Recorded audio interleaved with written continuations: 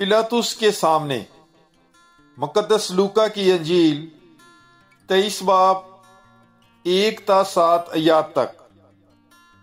तब वो सब के सब उठकर उसे पिलातुस के पास ले गए और उस पर यह कहकर इल्जाम लगाना शुरू किया कि हमने तहकीक की कि ये हमारी कौम को बहकाता है और कैसर को खराज देने से मना करता और अपने आप को मसीह बादशाह कहता है। तब पिलातुस ने उससे पूछा, क्या तू यहूदियों का बादशाह है? उसने उसके जवाब में कहा, तू खुद कहता है। तब पिलातुस ने सरदार कहनों और अवाम से कहा कि मैं इस शख्स में कुछ कसूर नहीं पाता।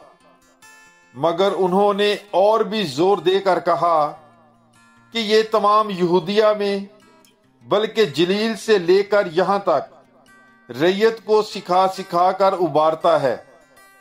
पिलातुस ने यह सुनकर पूछा कि क्या ये आदमी जलीली है?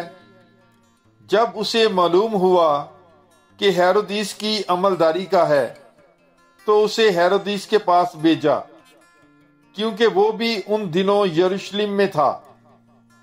पाकलाम के पढ़े और सुने जाने पर खुदावंद की बरकत हो। खुदा का शुक्र हो। God bless you. Bible is life.